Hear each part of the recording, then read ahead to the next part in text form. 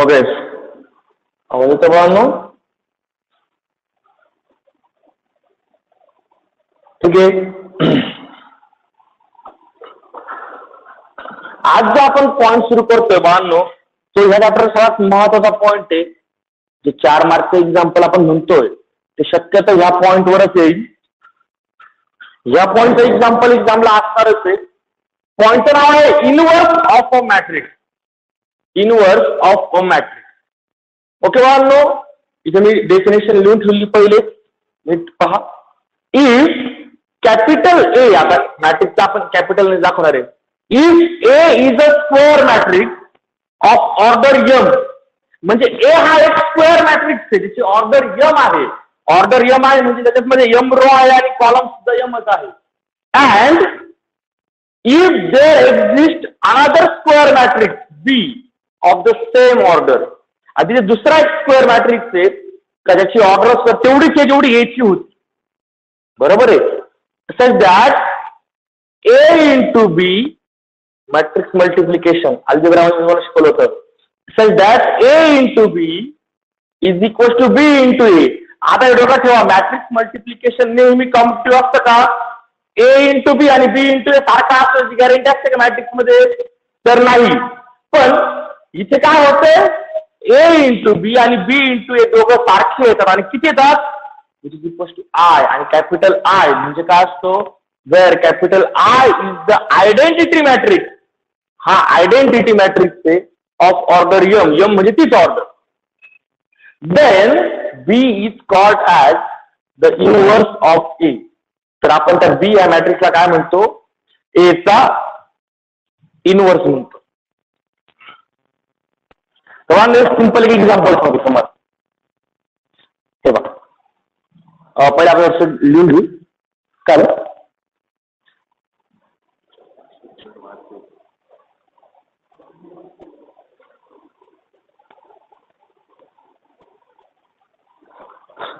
Okay,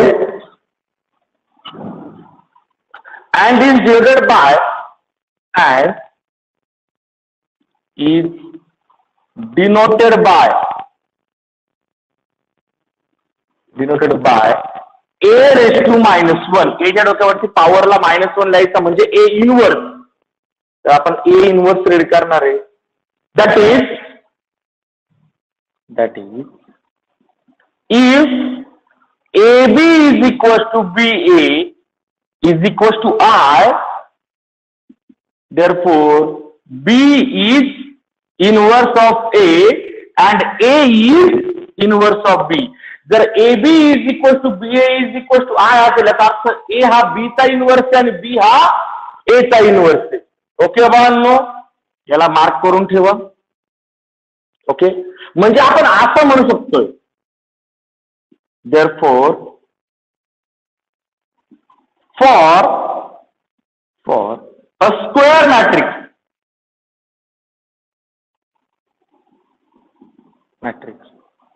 A into A inverse. आता B म्हणजे काय? A इनवर्स आहे ना, मग मी B च्या ऐवजी तर A इनवर्स टाकतो फक्त. Is equal to A inverse into A is equal to I. आता बाळांनो, हे आहे तुमचं इनवर्सचं ऍक्च्युअल इक्वेशन.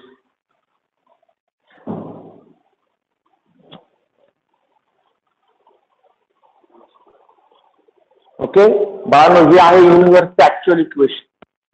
काय इक्वेशन नीट समजून घ्या. A into A inverse is equal to A inverse into A is equal to I. मी आता ज्याला A इनवर्स रीड करून राहिलेलो आहे तो आहे A रेज टू -1. बरोबर, ए चा पॉवर -1 जर लिहिला तर आपण त्याला इनवर्स रीड करतो. आता बाळांनो, हे आहे स्क्वेअर मॅट्रिक्स साठी. काय की जर एखादा स्क्वेअर मॅट्रिक्स ज्याची ऑर्डर एम आहे आणि दुसरा एक स्क्वेअर मॅट्रिक्स ज्याची ऑर्डर एम आहे, दोघांचं मल्टिप्लिकेशन कॉम्पिटिटिव्हली येतंय पण ते आहेच येतं दोन्ही वेळेस. आय म्हणजे आयडेंटिटी मॅट्रिक्स. तर त्यावेळेस आपण ते दोघांना एकमेकांचे इनवर्स म्हणतो. म्हणजे ए हा पहिल्या, म्हणजे जर आपण पहिलं इक्वेशन घेतलं, या इक्वेशनचा विचार केला तर ए हा बी चा इनवर्स आहे, बी हा ए चा इनवर्स आहे. ओके, तर ही होती तुमची इनवर्सची डेफिनेशन. ओके, आता इनव्हर्स फाइंड करण्याच्या किती मेथड्स आहेत? मग खाली घ्या, methods of finding inverse.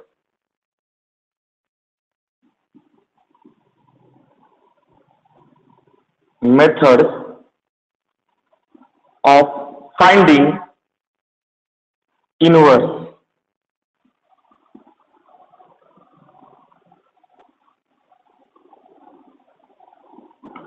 Methods of finding inverse.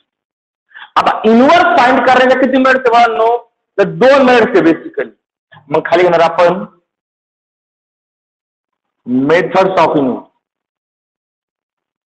Method of finding inverse. किती मेथड्स आहे बाळांनो? बेसिकली 2. बेसिक मेथड्स आहे 2.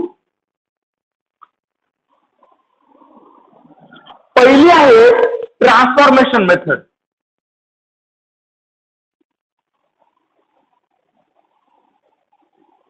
Transformation method. आणि दुसरी जी आहे ती आहे ऍडजॉइंट मेथड. Adjoint method. बरोबर आहे. ट्रान्सफॉर्मेशन मध्ये परत 2 भाग, कारण की there are 2 types of transformation. Transformation 2 टाइपचे असतात. मग there are 2 types of transformation method. First one is row transformation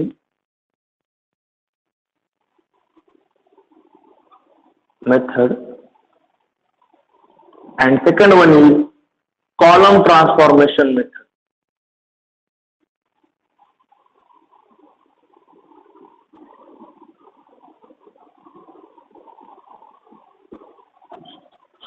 Row transformation method and column transformation method.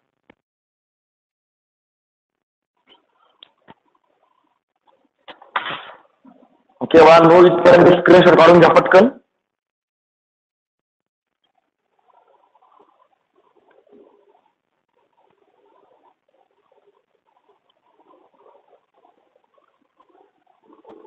इथपर्यंत एक स्क्रीनशॉट काढून घ्या पटकन.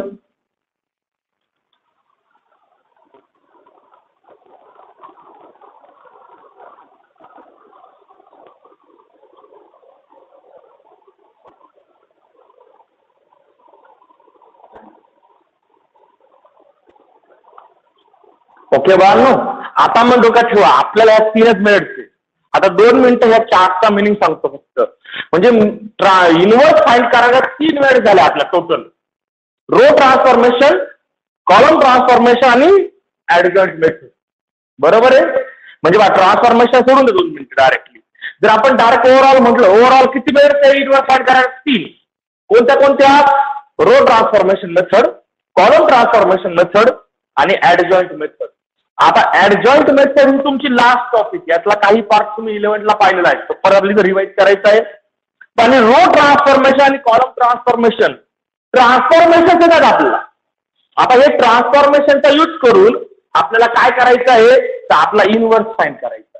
ओके बाळांनो, स्क्रीनशॉट घेतला असेल. सर्वात पहिला मुद्दा इनव्हर्स.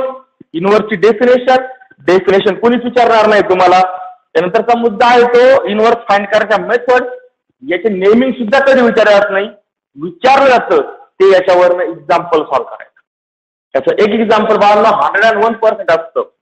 मग आता आपला फर्स्ट मेथड घ्यायची नंबर 1 पहिली मेथड. आता मी तुम्हाला 3 मेथड वेगवेगळ्या करून देणार आहे. पहिली मेथड घ्या number 1. Number 1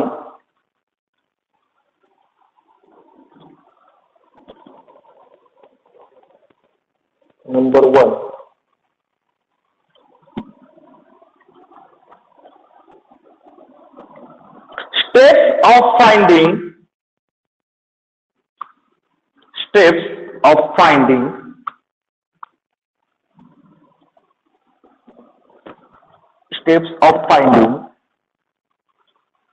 inverse. Steps of finding inverse, पॉइंटचं नाव घ्या,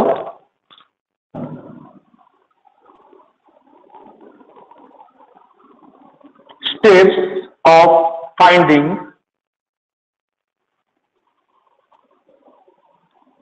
inverse, steps of finding inverse using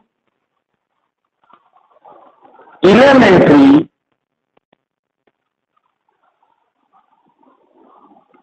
row transformation.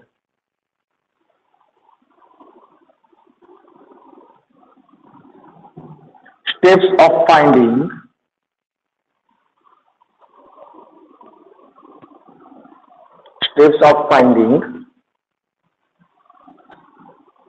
inverse using elementary row transformation. आता बाळांनो या स्टेप्स तुम्हाला बुक मध्ये दिलेले नाहीये, या स्टेप्स तुम्हाला बाळांनो बुक मध्ये दिलेले नाहीये.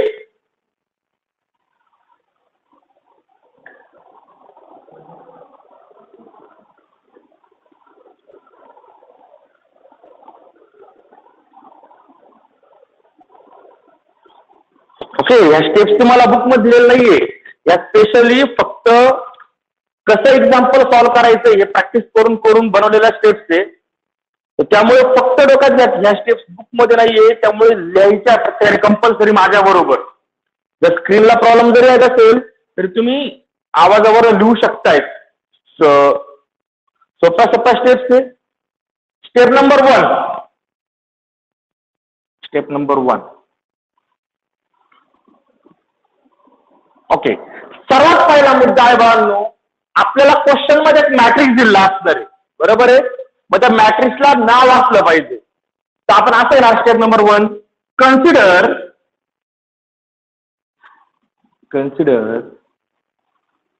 The given matrix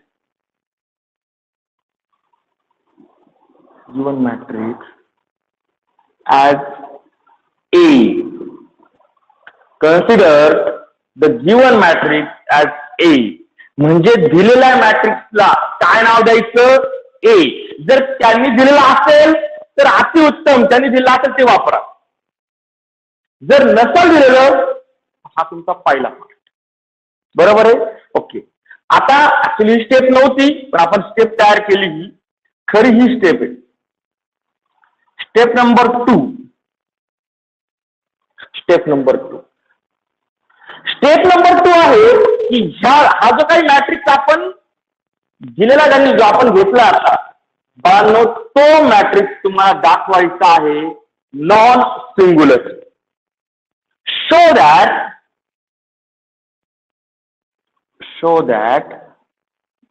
A is non-singular. Show that A is non-singular. Okay, आता नॉन सिंग्युलर झालेला आपला. मला तर टाइप्स ऑफ मॅट्रिक्स मी तुम्हाला नॉन सिंग्युलर सांगितला होता. नॉन सिंग्युलर म्हणजे काय? दिलेला मॅट्रिक्स आहे तो सॉल्व्ह होत नाही, हे डोक्यात ठेवा. मॅट्रिक्स सॉल्व्ह होत नाही. काय करायचा अर्थ? दॅट इज डिटर्मिनंट ऑफ ए. त्या मॅट्रिक्स ए चा घ्यायचा डिटर्मिनंट आणि तो दाखवायचा आहे तुम्हाला नॉन झिरो. या दोन्ही स्टेप तुमचे जेवढे काही मेथड्स आहे त्या सगळ्या मेथड्सला या दोन्ही स्टेप्स कॉमन. या दोन्ही स्टेप्स काय आहे? कॉमन आहे. म्हणजे रो ट्रान्सफॉर्मेशनला पण 2 स्टेप्स त्याचे, कॉलमला पण 2 स्टेप्स त्याचे, मग ऍडजॉइंटला पण 2 स्टेप्स त्याचे. मग खरा बदल होतो कुठे? फक्त स्टेप नंबर 3 पाशी. Step number 3.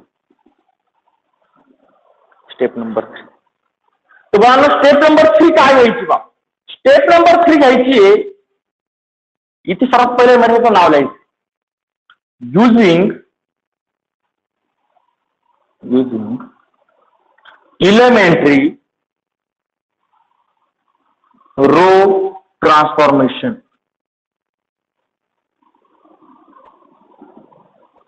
Using elementary row transformation. Consider आता काय इक्वेशन कन्सिडर करायचं. रो ट्रान्सफॉर्मेशन साठी आपण इक्वेशन घेतो A into A inverse is equal to I. आता नीट लक्षात घ्या बाळांनो, या इक्वेशन मध्ये हे इक्वेशन आपल्याला कन्सिडर करायचंय. बरोबर आहे.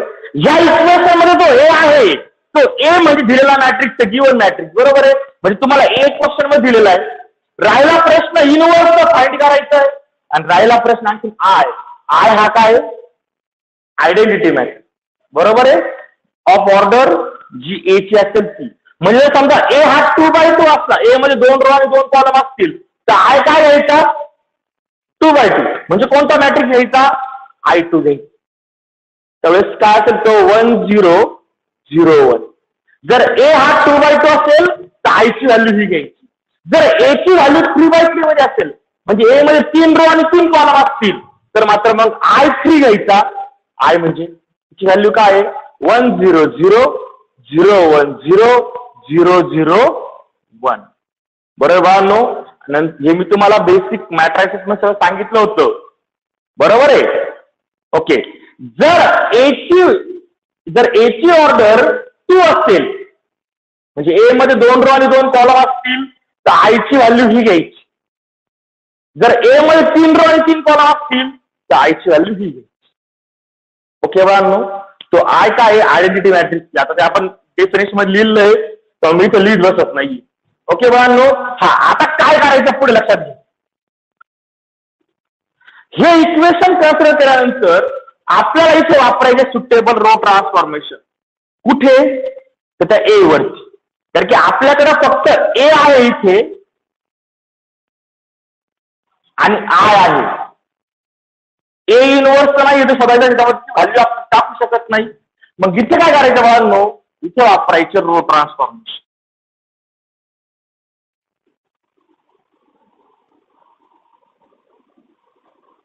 बरोबर आहे. आता तुम्ही जे ए वर अप्लाय करणार तेच रो ट्रान्सफॉर्मेशन कोणावर अप्लाय होणार? आय वरती अप्लाय होणार. या ए वरती सुटेबल रो ट्रान्सफॉर्मेशन वापरायचे आणि याचं कन्व्हर्जन आय मध्ये करायचं. म्हणजे एचा आय झाला पाहिजे into A inverse is equal to. आता नीट लक्षात घ्या बाळांनो, जर तुम्ही हे रो ट्रान्सफॉर्मेशन वापरता, यापूर्वी आपण एक एक्झाम्पल पाहिलंय, ज्यांनी ते एक्झाम्पल पाहिलं नाही त्यांनी रेकॉर्डिंग मध्ये जाऊन पाहून घ्या. आपण एका मॅट्रिक्सचं कन्व्हर्जन आयडेंटिटी मध्ये केलं होतं. आणि क्वेश्चन नंबर 8 होता मॅट्रिक्सचा तो, जिथे एका मॅट्रिक्सचं कन्व्हर्जन आपण आयडेंटिटी मध्ये केलं होतं. 2/2 मॅट्रिक्स होता फक्त. बरोबर आहे. सेम उद्योग इथे करायचा आहे. एकचं कन्व्हर्जन आपण मनाने ट्रान्सफॉर्मेशन घ्यायचे आणि आय मध्ये करायचं. आता ए इनवर्सचा आपल्याकडे नाहीच आहे, तसं करायला तो. आणि जे ट्रान्सफॉर्मेशन तुम्ही ए वर वापरणार तेच कोणा वापरायचे? आय वर. आता या एचं कन्व्हर्जन आय मध्ये करता करता तेच ट्रान्सफॉर्मेशन जर आय वर इकडे वापरले तर याचं कन्व्हर्जन होईल एका नवीन मॅट्रिक्स बी मध्ये. बरोबर आहे. याचं कन्व्हर्जन नवीन मॅट्रिक्स मध्ये होऊन जाईल काहीतरी, कारण की इकडे जे आपण ट्रान्सफॉर्मेशन वापरले कुठे? आय वरती, ए वरती. एचं कन्व्हर्जन आय मध्ये करता करता आपण जे ट्रान्सफॉर्मेशन वापरले तेच ट्रान्सफॉर्मेशन कोणा वापरणार? आपण आय वरती इकडे वापरणार आहे. म्हणजे दोघांवर वापरायचे. या एचं कन्व्हर्जन आय मध्ये होईल, पण हा जो इकडे आय आहे याचं कन्व्हर्जन कोणतरी नवीन मॅट्रिक्स तयार होतं. नवीन मॅट्रिक्सला काय म्हटलं मी? बी. आणि ज्यावेळेस असं होतं त्यावेळेस then therefore A inverse is equal to B. त्यावेळेस जो नवीन मॅट्रिक्स ज्यावेळेस तिकडे आय तयार होईल ना, ज्यावेळेस तिकडे ए इनवर्सला मल्टिप्लाय मध्ये आय तयार होईल, त्यावेळेस बाळांनो, त्यावेळेस जो समोर मॅट्रिक्स तयार झाला आय पासून ट्रान्सफॉर्मेशन यूज करून तो मॅट्रिक्स म्हणजे तुमचा काय असतो? A inverse. बाळांनो, ही आहे इनवर्स फाइंड करण्याची मेथड. आता फक्त मी एक बदल असा करणार, आन्सर घेत असताना याला स्टेप नंबर 1 म्हणणार आणि याला स्टेप नंबर 2 म्हणणार. आन्सर मध्ये नाव देण्याची जी स्टेप आहे तिला मी स्टेप ऍज स्टेप कन्सिडर करणार नाही फक्त. बरोबर आहे. मग 2 स्टेप मध्ये आपण आन्सर लिहिणार.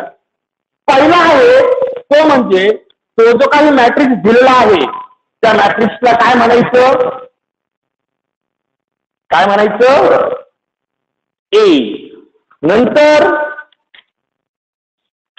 काय करायचं? इक्वेशन कन्सिडर करायचं. कोणतं? रो साठी इक्वेशन लक्षात ठेवा. इथे मी अंडरलाईन करून ठेवतो वाटत. रो ट्रान्सफॉर्मेशन असतील तर इक्वेशन काय घ्यायचंय तुम्हाला? A into A inverse is equal to I. बरोबर आहे. आणि ज्या वेळेस तुम्ही ते इक्वेशन यूज करणार आहे त्याच वेळेस काय होणार की आपण रो ट्रान्सफॉर्मेशन यूज करणार. पुढे आय जे ट्रान्सफॉर्मेशन ए वर अप्लाय करणार. मी बाजूला होतो मी मुद्दाम दिसत असेल प्रत्येकाला व्यवस्थित. जे ट्रान्सफॉर्मेशन त्याचे इक्वेशन मी मार्क केलंय कोणतं? A into A inverse is equal to I. यात ए वर जे ट्रान्सफॉर्मेशन मी अप्लाय करणार तेच ट्रान्सफॉर्मेशन राईट हँड साईडला जो आय आहे त्याच्यावर अप्लाय करायचं. इकडे ते एचं कन्व्हर्जन आय मध्ये होईल कारण की आपण त्याप्रमाणे ट्रान्सफॉर्मेशनच घेणार. पण राईट हँड साईडला जो आय आहे ट्रान्सफॉर्मेशन त्याचा वापरत राहिल्यामुळे त्याचा तो काय होईल? आय मधनं कन्वर्ट होऊन काहीतरी नवीन मॅट्रिक्स तयार होईल. त्या नवीन मॅट्रिक्सला मी म्हटलं बी. तर जर ए इनवर्सला मल्टिप्लाय मध्ये आय आला तर आय म्हणजे आपल्याकडे ऍक्च्युली मॅट्रिक्स मध्ये 1 असतो. आय म्हणजे काय? तर आपण जसं मल्टिप्लिकेशनला 1 घेतो ना म्हणजे बघा 1 इंटू 3 किती लिहितो आपण? 3. का?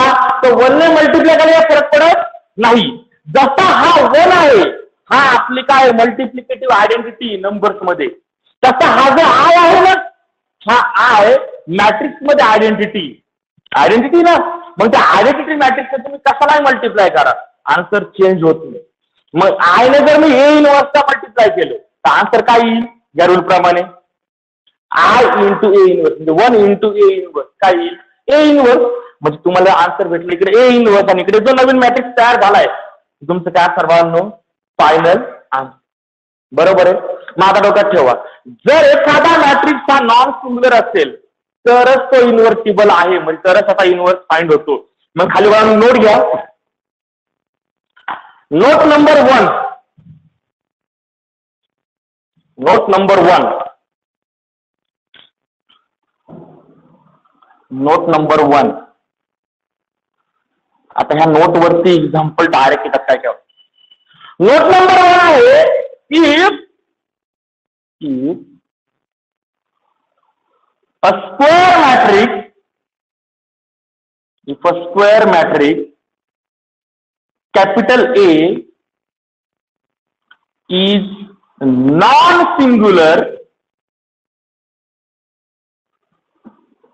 if a square matrix A is non-singular then it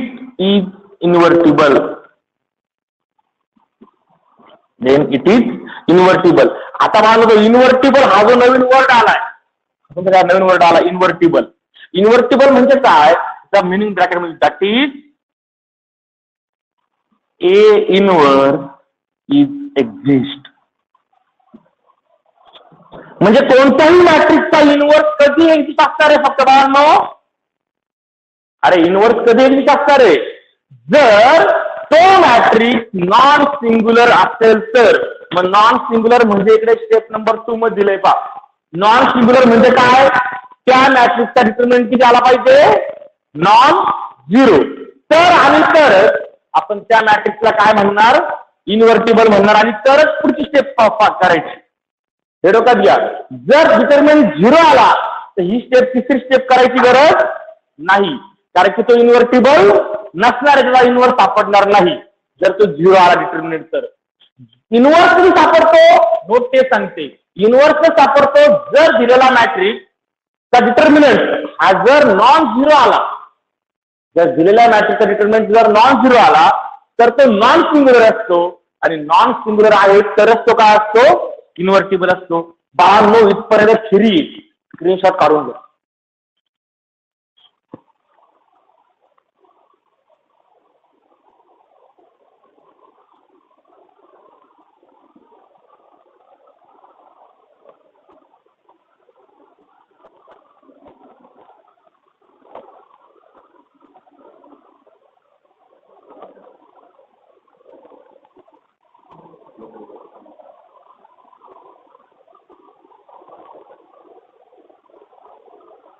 ठीक आहे बाळांनो, स्क्रीनशॉट काढून घ्या इथपर्यंत. ओके बाळांनो, मग आता आपला पहिला मेन जो क्वेश्चन आहे तो इन्व्हर्टिबलचा आहे. त्यात आपल्याला फक्त काय घ्यायचंय तर how to reduce 3x3 matrix and 2x2 matrix in identity matrix. तर असं करूया, तो पॉइंट आज काय होणार शक्य वाटत नाहीये, तुमचा मोठा पॉइंट आहे. तर बाळांनो, इथपर्यंत ही जी आहे ही बेसिक थिअरी ही पाहून घ्या. या 2 स्क्रीनशॉट आहे आजचे. एक इन्व्हर्सची डेफिनेशन वगैरे होती, नंतर इन्व्हर्सचा आपला जो एलिमेंटरी रो ट्रान्सफॉर्मेशन आहे त्याच्या मेथड्स दिल्या, सॉल्व्ह करायची स्टेप दिली तुम्हाला. आता मेन मुद्दा आहे तो इन्व्हर्स मॅट्रिक्स तयार करताना रिडक्शन कसं करायचं युजिंग रो ट्रान्सफॉर्मेशन. याच्यामध्ये 2 पार्ट होतील. आपल्याकडे 2च टाईपचे एक्झाम्पल आहे, 2x2 नाही तर 3x3. दोन्हींच्या जी मेथड आहे रिडक्शनची मेथड ती तुम्हाला उद्या देईल. त्यानंतर त्या मेथडमध्ये ती मेथड झाली त्या लगेच आपल्या इन्व्हर्टिबलचे एक्झाम्पल. इन्व्हर्टिबलचे एक्झाम्पल म्हणजे काय, जर दिलेल्या मॅट्रिक्सचा डिटर्मिनंट नॉन झिरो आला तर इन्व्हर्टिबल आणि जर 0 आला तर नॉट इन्व्हर्टिबल. डोक्यात ठेवा फक्त. नॉन सिम्युलर म्हणजे काय, डिटर्मिनंट नॉन झिरो आला पाहिजे. आता मॅट्रिक्स आणि डिटर्मिनंट मध्ये फरक असतो. काय, मॅट्रिक्स आपण बॉक्स मध्ये लिहितो आणि डिटर्मिनंट उभ्या रेषेमध्ये लिहितो, बरोबर आहे. त्यात पुढचा मुद्दा काय, मॅट्रिक्स सॉल्व्ह होत नाही, मॅट्रिक्सचा फिक्स व्हॅल्यू येत नाही, पण डिटर्मिनंट सॉल्व्ह होतो आणि त्याला एक फिक्स व्हॅल्यू येते, बरोबर आहे. मग ते 2x2 असेल तर आपण पहिला चौथा दुसरा तिसरा यांचं मल्टिप्लिकेशन करतो, मायनस करतो. 3 असेल तर पहिला घेतो, त्याची रो आणि कॉलम डिलीट करतो, 2x2 मध्ये कन्वर्ट करतो, सॉल्व्ह करतो, बरोबर आहे. तर बाळांनो, या प्रकारे आपल्याला रो ट्रान्सफॉर्मेशन मध्ये reduction of matrix to I हा जो काही पॉइंट आहे हा पॉइंट पाहायचा आहे, तो आपण उद्या घेऊया. ओके, आज इथपर्यंत समजलं असेल, ठीक आहे. जर इथपर्यंत समजलं असेल तर एक होमवर्क मी तुम्हाला देतो. फक्त होमवर्क खूप सोपं आहे. होमवर्क मुद्दाम दिलाय, सॉल्ड एक्झाम्पलचा होमवर्क आहे. पेज नंबर 42 बुक मध्ये पेज नंबर 42 आहे. जर कोणाकडे बुक नसेल तर मला मेसेज करा, मी सगळ्या बुक्सची PDF तुम्हाला पाठवतो. आता माझ्यामध्ये प्रत्येकाकडे बुक असेल.